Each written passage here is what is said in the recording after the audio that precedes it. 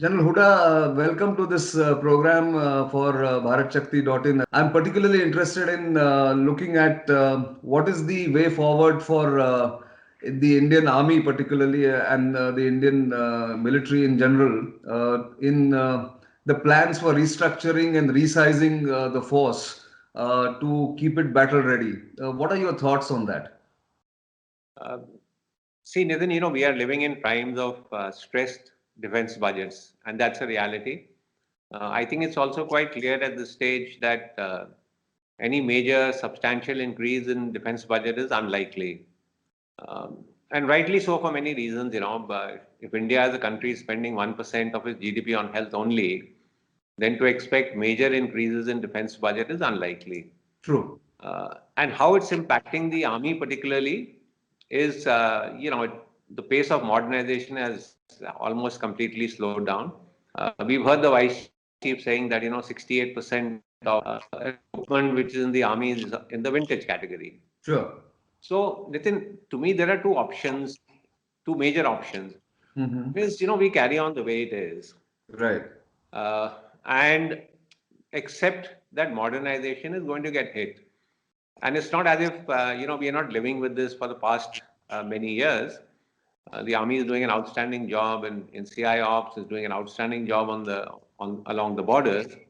But the long-term impact is, I think, going to be debilitating because our modernization for future war fighting is going to get severely impacted. Right. So therefore, the second option is you trade off some manpower for modernization. That is, you trade off size, for a better shape of the army. Yeah. And today, I think with the advent of technology, better practices, even logistic capability that is out and available in the civil sector, I think we can modernize. We can have a more capable army, but a leaner force. So I think that's the second option is the way that the army particularly should be looking at. Yes, and at a time when you were army commander, I think this has been under discussion in the army from, if I remember correctly, from 2010 onwards, where there were studies done for restructuring, resizing, and there have been multiple studies currently undergoing or perhaps about to get completed. Those studies notwithstanding, the challenge for India is, I think, that we have live borders. There we have two strong adversaries, and at the same time, we have an internal security situation.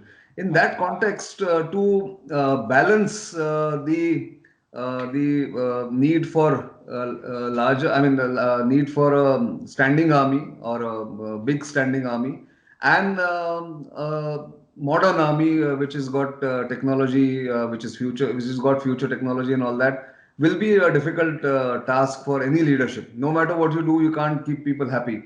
So, in that context, do you think an Israeli model or a South Korean model where you have reservists who serve for 2-3 months a year and sort of are ready if necessary, and take that money out, which you mentioned in your first answer, for getting future technologies would be a better option? Yeah. So, within my, sort of my recommendations would be that we look at three, four areas. The first area is technology, Right. because with much more advanced weaponry now becoming available. So, for example, the army is looking at transforming its complete artillery force from 105 mm, which was the mainstay, to 155. True. So you have a gun which is much more capable. You have a gun which is of a longer range. So do we still need the same numbers as earlier? Right. I'll give you one more small example. For example, air defense weapon systems. If you're getting weapon systems with longer ranges, with a higher kill probability, then you need the same number of units. True. That's where I think some places where technology can interface and help you reduce your manpower size. The second area you mentioned is reservists. So I'm not sure we can apply the same concept as is there in the US or Israel, but I still feel there is some scope, Yeah. particularly in peacetime units, without impacting on units which are on the borders or along the LC. Right. Is some selective application of of reservists possible. Mm-hmm. A large number of soldiers retiring every year. Right. They are fairly young. Mm-hmm. They have been trained in the army system. So can we use those people, and they have a reserve liability? Can we use a part of them, to reduce the size of the standing army? Is something that we could look at. General Rawat is talking about a leaner battle group concept. Right. That's one area.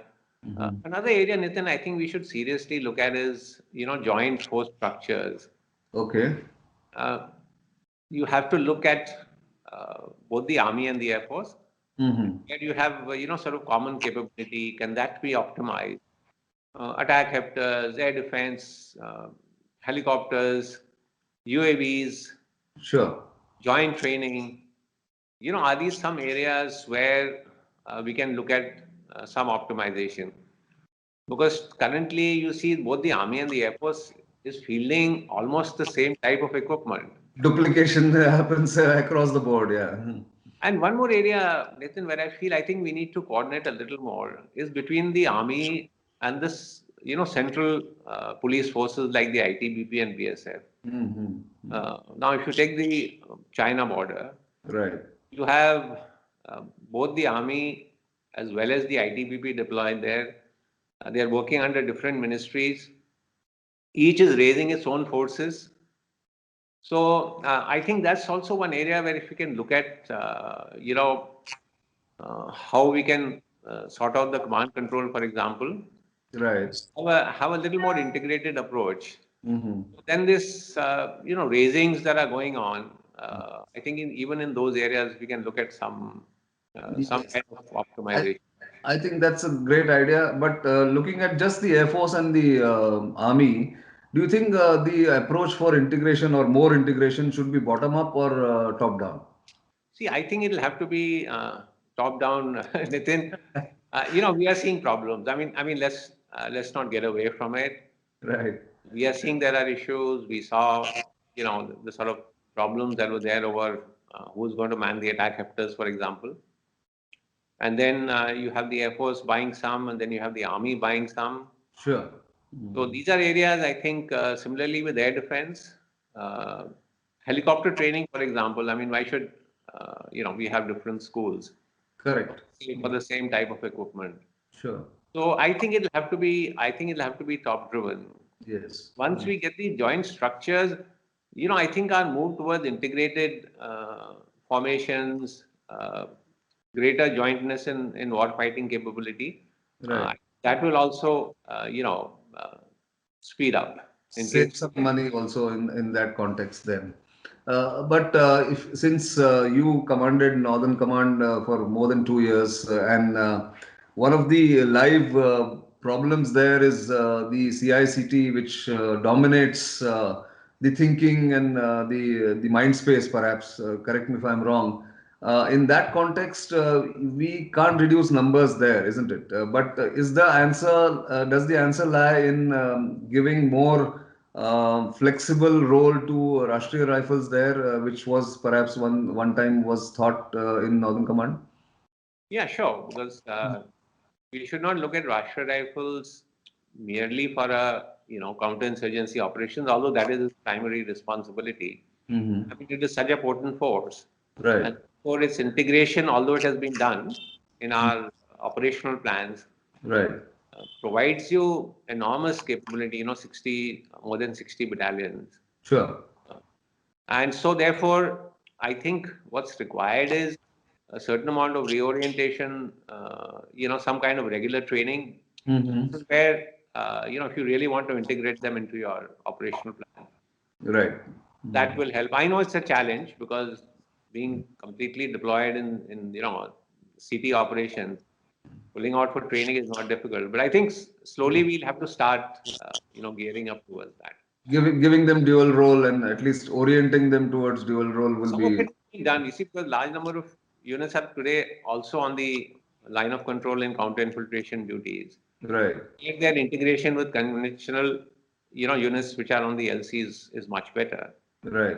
But even those in the hinterland, we need to start looking at how we can do some training at least and orientation for That's operation group. Yeah.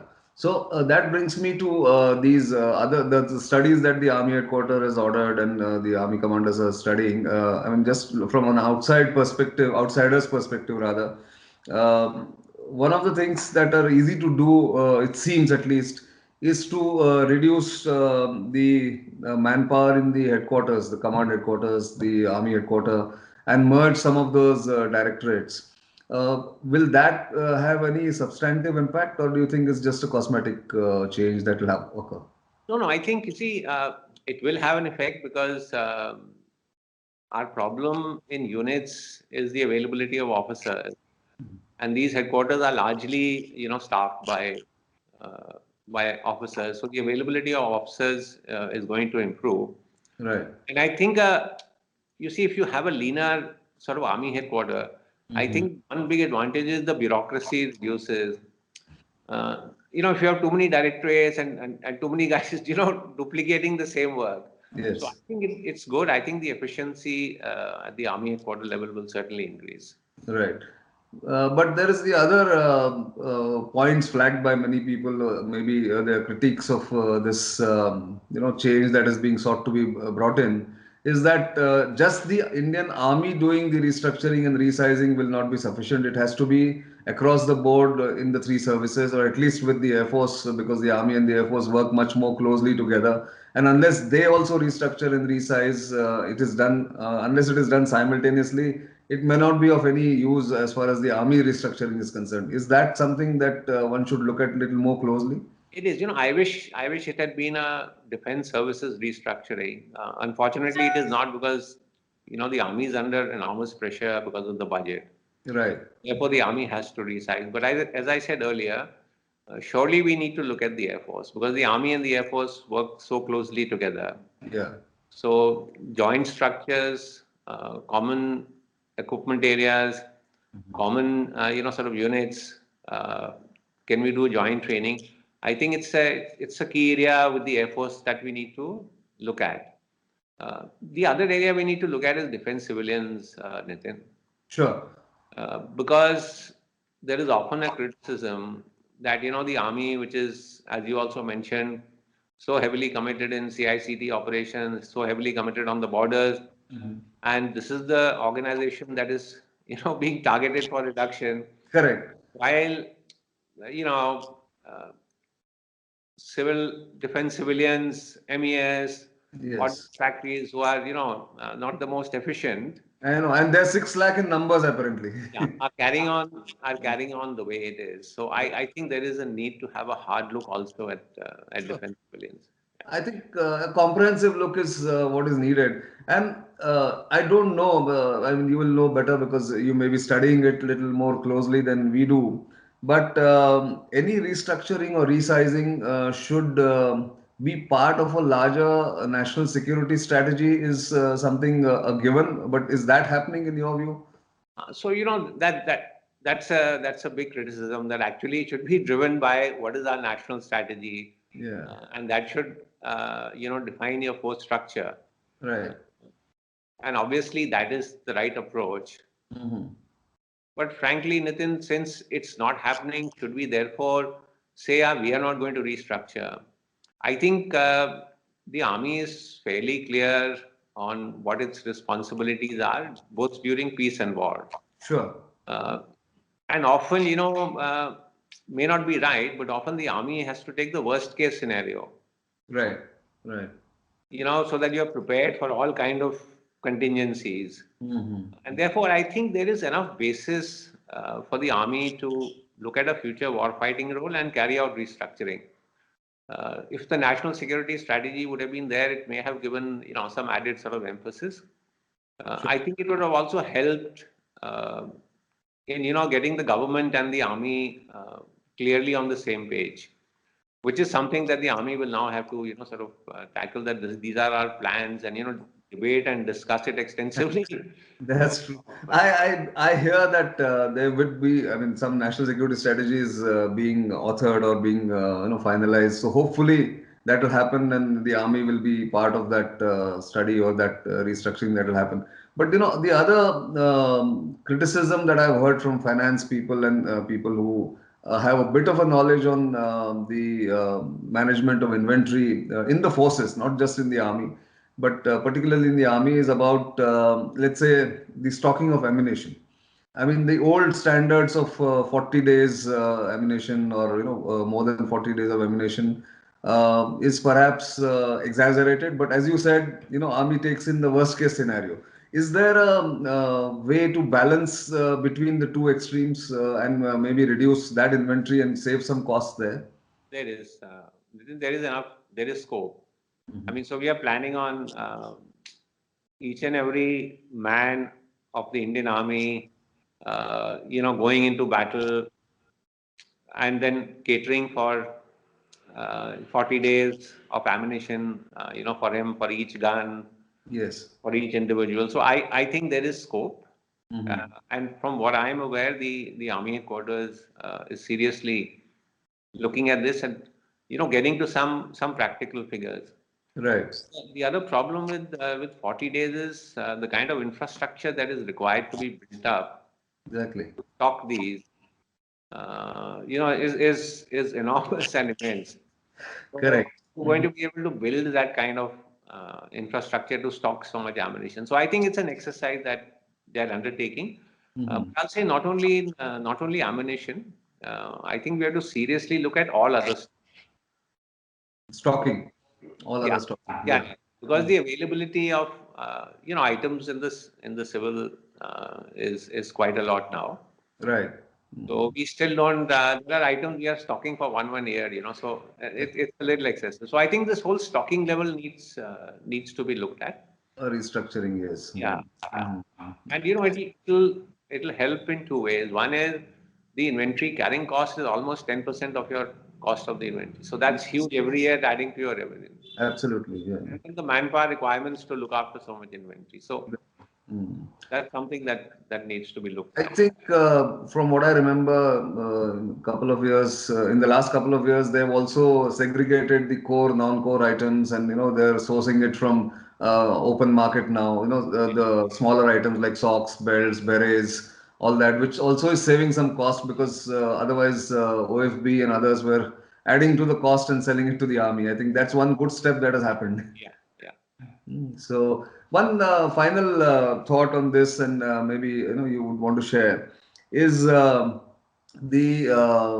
the requirement for the army to be more to have more technologically qualified officers and men, because as compared to the Air Force and the Navy, they are much, I would say, the percentage of people who are technologically much more attuned to what the modern warfare requires is much less in the army than the other two services, given the nature of our deployment. But do you think going in the future we will require more technologically qualified and technologically equipped both men and officers in the Indian Army, which will also mean adding to the manpower cost, perhaps?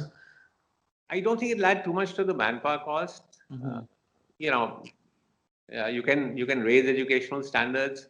You Right. can have training, sort of within the army. I think we have no option because if you're going to go in for better technology equipment, if you're going to look at how future wars are going to be fought, and people are talking about artificial intelligence and cyber and robotics, I think there is no option, but to have more technically skilled people in the army.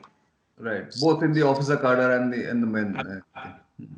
So that is how. So it seems that the thought process is correct. We are on the right track in the Indian Army on doing what is being thought about.